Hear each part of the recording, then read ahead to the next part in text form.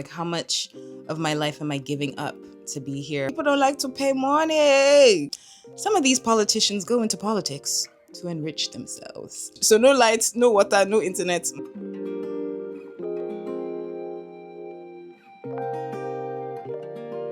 Hi, my name is NKK and welcome to my channel. It has been such a long time since I've just sat down and talked.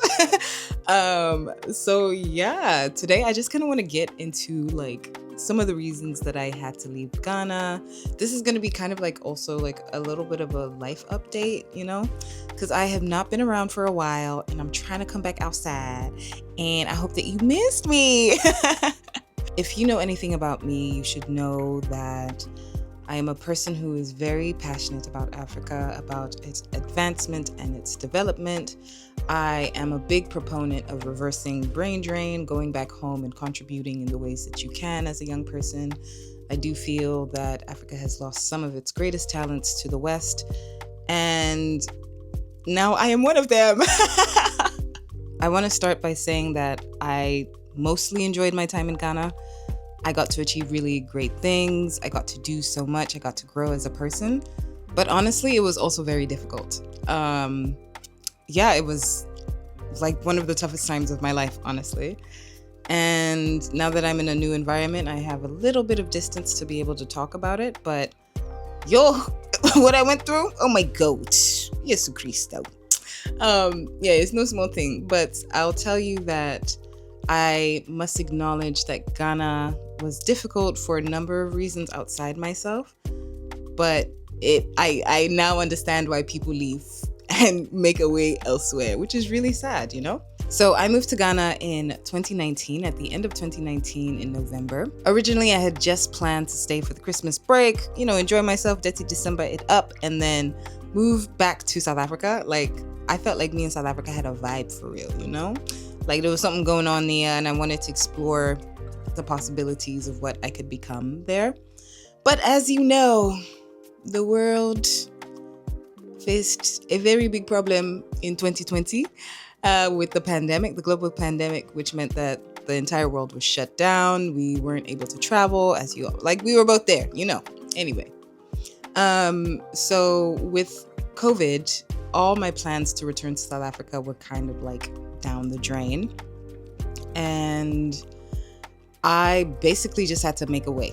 I just had to find a way to stay in Ghana, just try and do something while I was in Ghana. So I started my professional career in Ghana. I actually started working as a marketing officer at a fashion design school, which was really fun.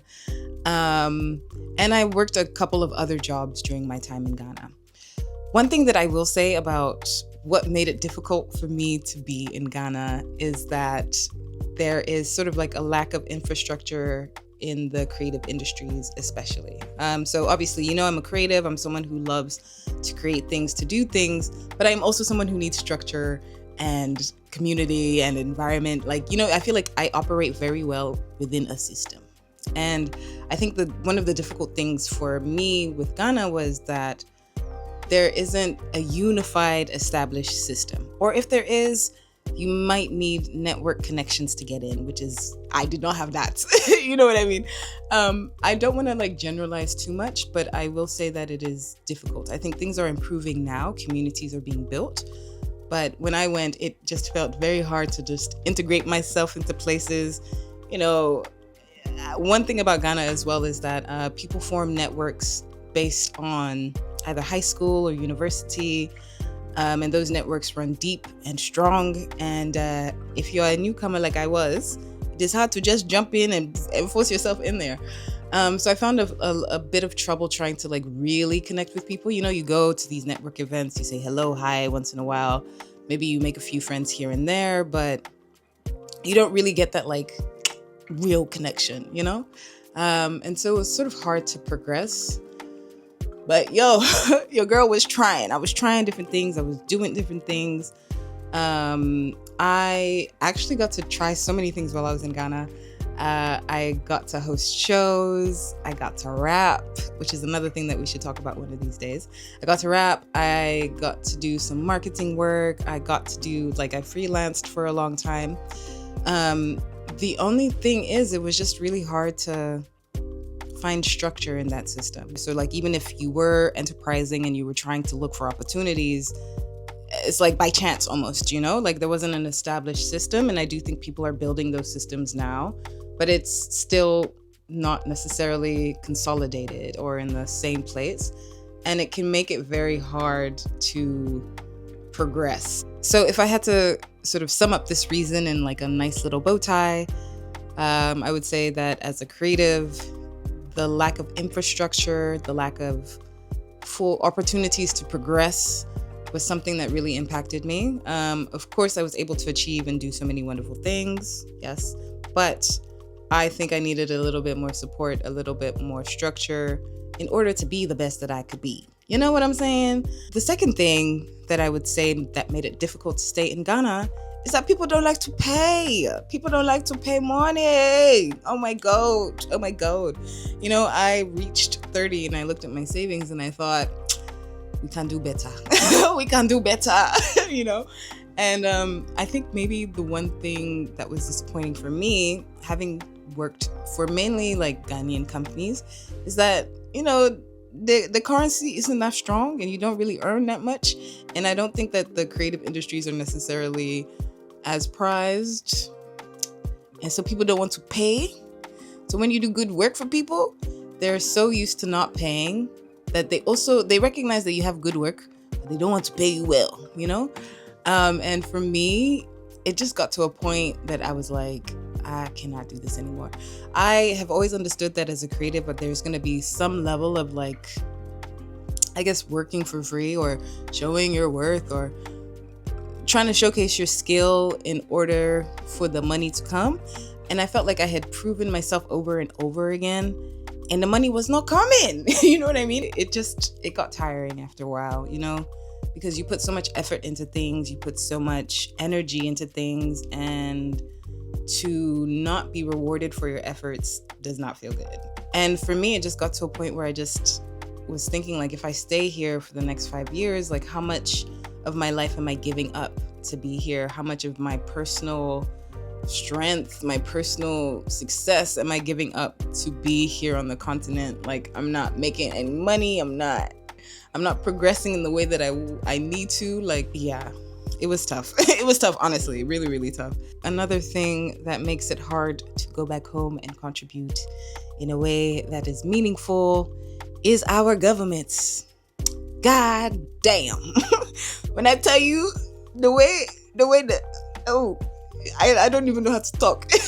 I was in Ghana under a certain party. I don't want to go too deep, but I will say that sometimes I was shocked by the level of corruption, the level of deceit, the level of dirtiness you would hear about just in the general public about the goings on in politics. Like, I would just be disgusted with some of the stories that I heard. I was like, oh my God, what is this? Especially at times where things were so crucial and it's not the time to be stealing right now. Do you get what I'm saying?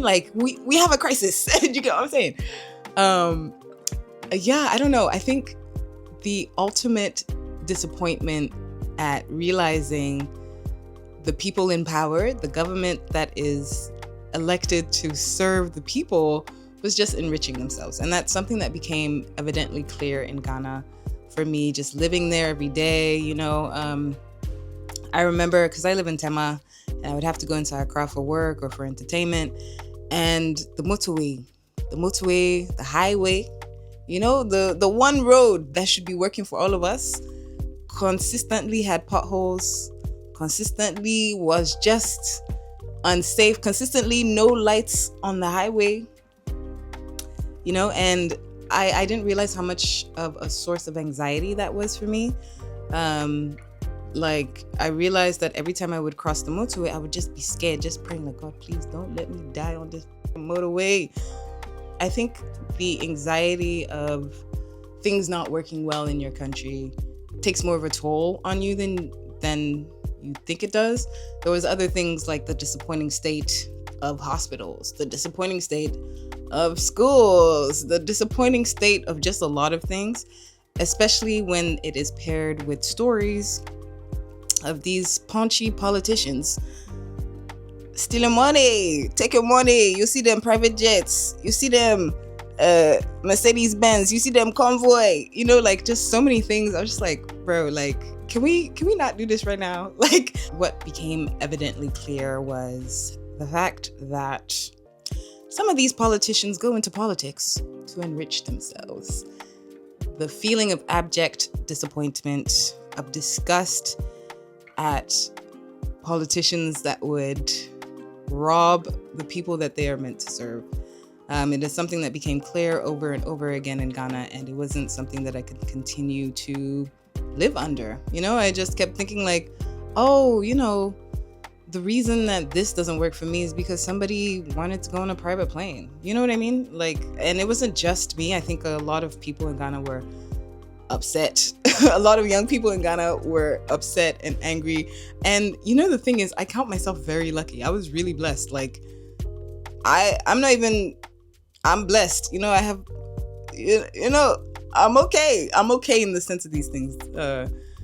But still, it was difficult for me, even as somebody who has all these privileges, who comes from a certain socioeconomic background, who has all these things going for her. It was just hard to make a life there, for me personally. Maybe I missed the secret sauce, maybe I missed some sort of key, but it was just really hard to make a life in Ghana for me. And I really tried. Like I was giving it my all. You know, I was going for it. Or I share all of this not to discourage people from going back home, but maybe to like warn them about the realities of what it is to be back in Africa. There are certain conveniences that you give up. There are certain things that you sort of just have to get used to.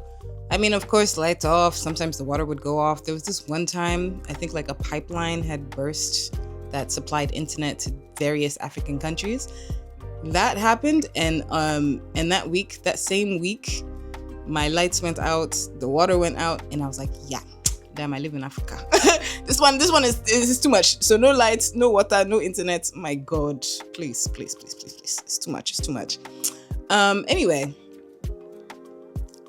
Ghana was tough. Ghana was really tough.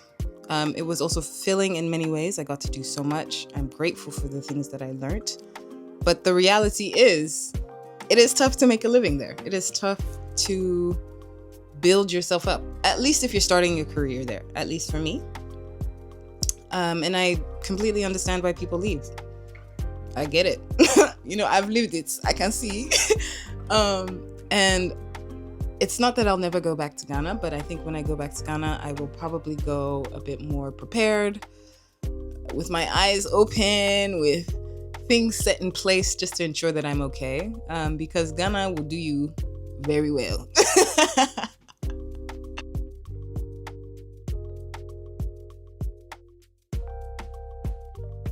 Yeah, I'm in Paris now. I am pursuing another master's. Hallelujah. Praise the Lord.